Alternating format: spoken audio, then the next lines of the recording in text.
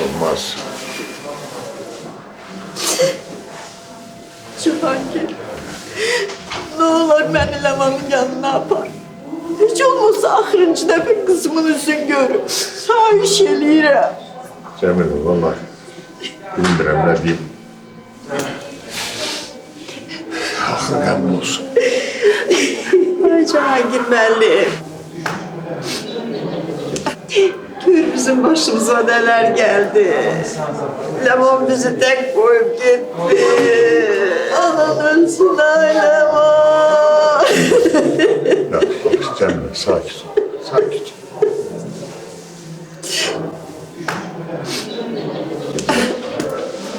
Bacı, dur gelip bana da biraz özüne gel. İstemiyorum.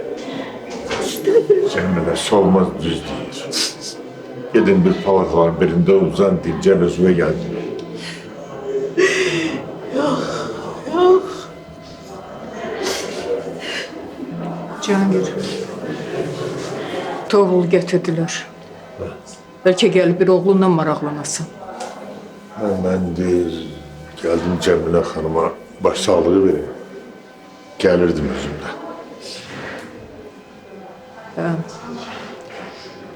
Xəbərim var. Allah rəhmət eləsin. Allah günahlarını bağışlasın.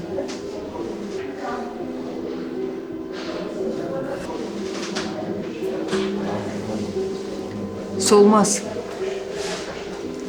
Toğrul üçün bir-iki paltar gətirmək lazımdır. O məsələni necə eləyək? Xavər xanım, ben bacımı bu vəziyyətdə burada koyup hara gedim? Siz Əhmədə deyin, ne lazımdı getirsin. Ben bacımı tek koyabilmem bakın. Yaxşı, yaxşı, sen narahat olma. Biz özümüz həlliləyə məsələni. Sağ olun, Allah razı olsun. Gəl, biz gedək. Həkim bayaq bizlə danışmaq istəyirdi. Bir daha Allah rəhmət etsin, axır qəmin olsun. Əs olmaz. Nəsə lazım olsun, mənə xəbər versin. Allah razı olsun Cihangir benim, sağ olun. Cəmilə xanım Allah rəhmət eləsin. Gedək, gedək.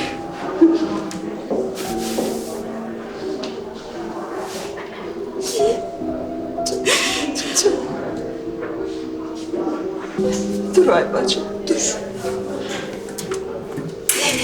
Gel palataya burada oturma. Dur.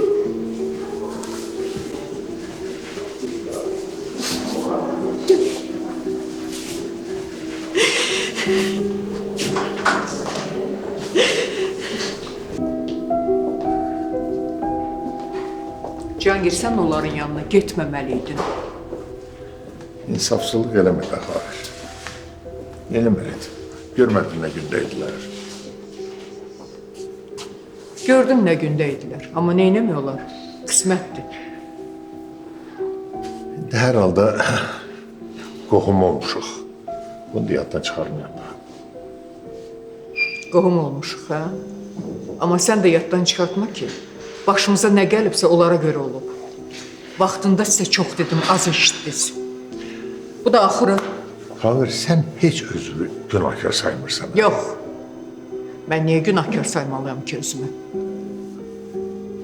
Əgər biz Ləmanı məcbur eləməsəydik, o da gedib Toğrula heç bir şey danışmayacaqdı.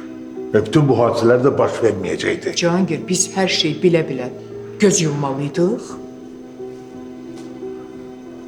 Bilmirəm, acaba belə eləmək lazım değildi. Cihangir, biz neynədiksə, oğlumuza görə elədik. Bunu heç vaxt yaddan çıxartma. Və heç vaxt da məni günahkar bilmə.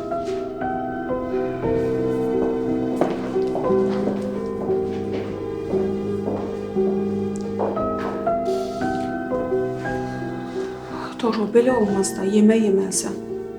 Nə vaxta qədər belə eləyəcəksən? Yemirəm bağlı. İstəmirəm.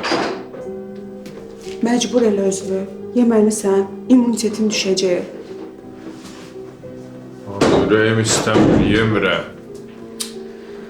Necəsən qızım? Sağ ol. Yemək yemir. Bəlkə siz bir söz deyəsə ondan sonra yeyər. Toğrul belə eləməklə əlinə heç nə keçməyəcək. Sən yeməyini yeməlisən. Özünə gəlməlisən.